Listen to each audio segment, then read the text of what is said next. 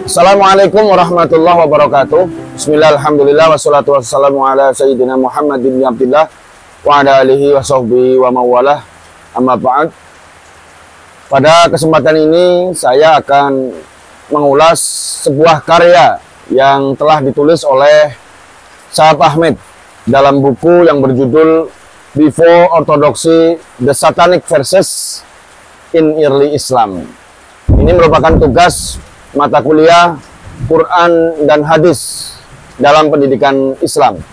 Syahab Ahmed telah berhasil menangkap bahwa insiden kesalahan ucap Nabi ketika itu terjadi secara historis dan tidak mengurangi kesucian Nabi sama sekali, atau yang sering disebut dengan ismah.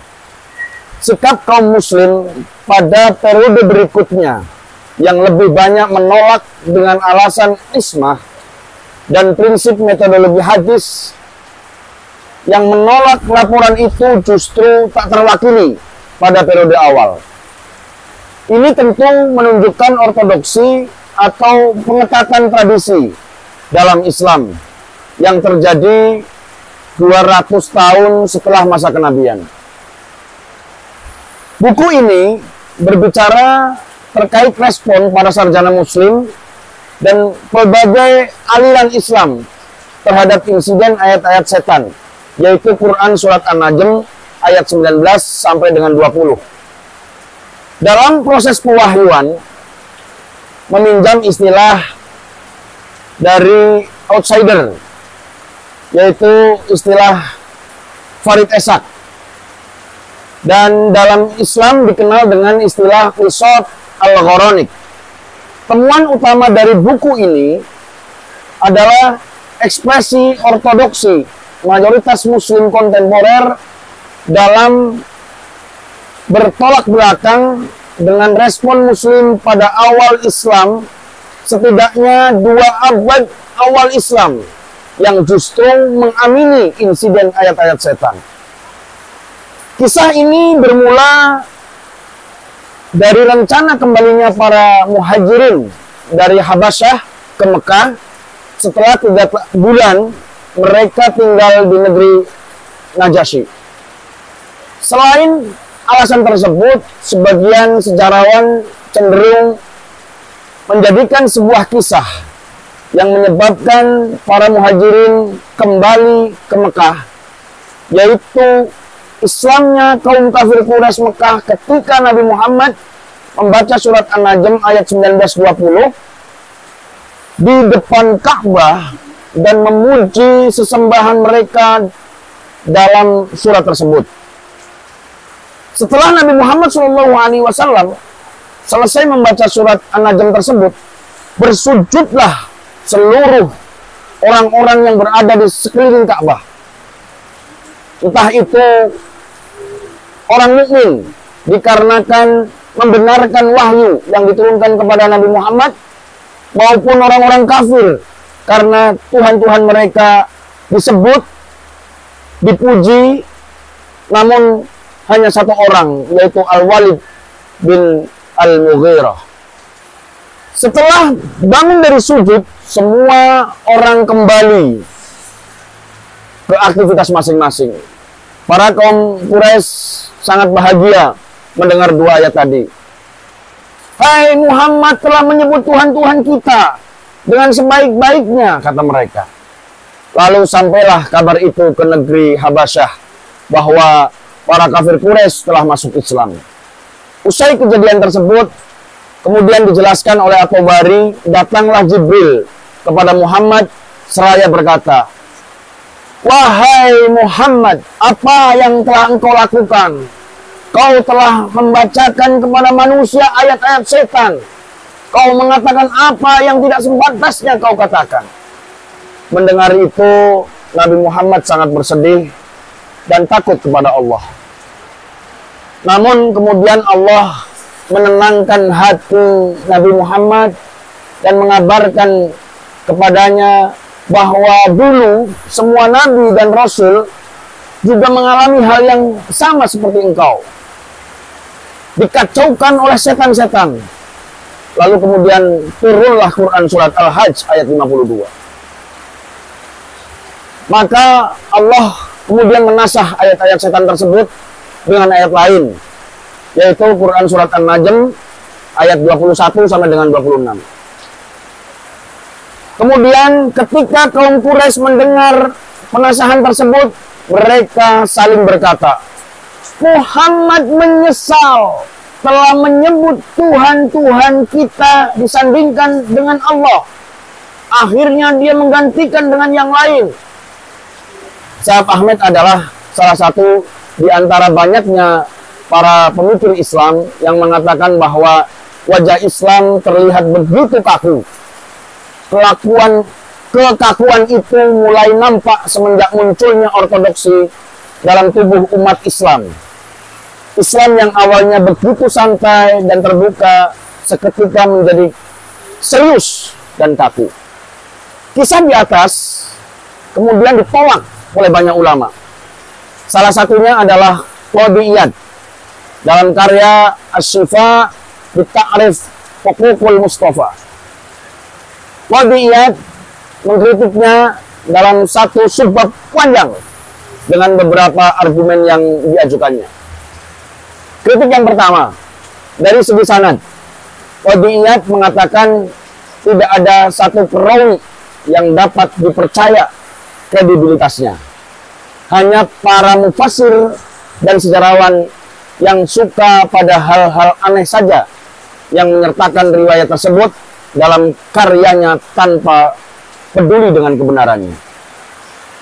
Hanya satu riwayat sahih yang dapat diterima, namun redaksi riwayat tersebut sama sekali berbeda dan hanya menceritakan sujudnya semua manusia dan jin bersama Nabi Muhammad usai membacakan surat An-Najm tersebut.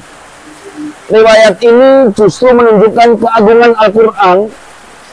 Yang demikian tentu tidak ada penasahan yang terjadi.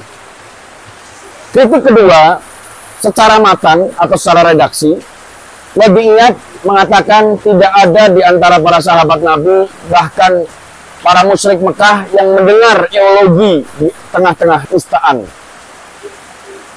Berbeda lagi dengan Ibnu Syihab dari Abu Bakar bin Abdurrahman mengatakan bahwa Nabi Muhammad lupa sehingga kesempatan itu dipakai oleh setan. Andai riwayat tersebut diterima, dan itu pun kalau benar, maka tetap tidak masuk akal, sebab Nabi Muhammad itu maksum, terpelihara dari semua kesengajaan dan kelalaian. Dan yang terakhir, dari segi tarikh, Tabari menukil dari para sejarawan menyebut bahwa hijrah kaum muslim ke Habasyah terjadi pada bulan Rajab dan kembali ke Mekah pada bulan Syawal. Sedangkan surat An-Najm turun pada bulan Ramadan. Dengan demikian ada rentan waktu 1 bulan antara turunnya surah dan kembalinya Muhajirin ke Mekah. Mengapa muslim awal mengamini insiden ayat-ayat setan tersebut? Hal ini hanya dapat diketahui dengan membaca sumber paling awal. Sumber awal Islam setidaknya dapat dilacak dalam 3 genre literatur utama, yakni sirah maghazi, tafsir dan hadits, di mana di antara ketiganya memiliki proyek kebenaran yang berbeda. Sirah maghazi berbasis kepada membangun narasi tentang epos moral historis kehidupan Nabi. Tafsir berbasis kepada menyingkap makna yang global dalam Al-Quran. Hadis berbasis kepada mendefinisikan, membentuk, dan menetapkan norma-norma hukum, praksis, dan akidah melalui dokumentasi otoritatif dari perkataan dan perbuatan Nabi Muhammad yang dihasilkan dari ingatan historis komunitas muslim awal. Dengan demikian, ketika semua ulama sirah maghazi, tafsir, dan hadis berurusan dengan ingatan historis komunitas awal tentang kehidupan pendirinya, ketiga wacana tersebut berbeda dalam hal tujuan diskursif, struktur, isi, metode, dan makna. Dengan kata lain, sirah maghazi, tafsir, dan hadis merupakan tiga hal yang tumpang tindih namun pada dasarnya berbeda dalam memperlakukan ingatan historis Nabi pada abad kedua dan ketiga Islam. Para ulama sirah maghazi dan tafsir pada umumnya tidak melengkapi riwayat-riwayat mereka dengan isnad yang kuat. Kebanyakan riwayat pada sirah maghazi bersifat mursal, ya, hanya berhenti di kalangan tabi'in. Setidaknya hal tersebut muncul sebagai sebuah keberanian dari beberapa perawi untuk menuliskannya dalam beberapa literatur tafsir, sejarah, dan syair mereka. Persoalan tersebut menurut Ahmed terdapat hal penting untuk dikaji. Sebab dengan semakin kuatnya ortodoksi dalam Islam, penerimaan terkait narasi tentang ayat-ayat setan akan terjadi penolakan yang begitu kuat. Perubahan penerimaan menjadi penolakan adalah hal yang logis dalam perspektif dialektika ilmu pengetahuan, di mana suatu paradigma keilmuan akan menemui kondisi krisis dan diganti secara penuh atau sebagian oleh paradigma keilmuan yang baru. Penerimaan muslim awal terhadap insiden ayat-ayat setan dapat dipengaruhi oleh belum berkembangnya metodologi validasi laporan peristiwa sejarah Nabi. Insiden ayat-ayat setan gagal lolos atas tantangan tersebut dikarenakan terdapat hilaf maupun perawian yang mengkotek yang hanya sampai derajatnya pada tabi'in. Paradigma baru akhirnya muncul sebagai pengganti terhadap paradigma lama yang mengamini insiden ayat-ayat setan.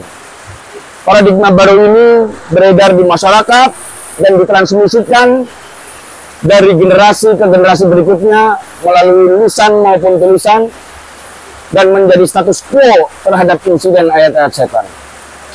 Demikian review yang dapat saya sampaikan. Mohon maaf apabila ada kekurangan. Wallahu a'lam bishawab. Wallahul muwaffiq ila aqwamit thoriq. Wassalamualaikum warahmatullahi wabarakatuh.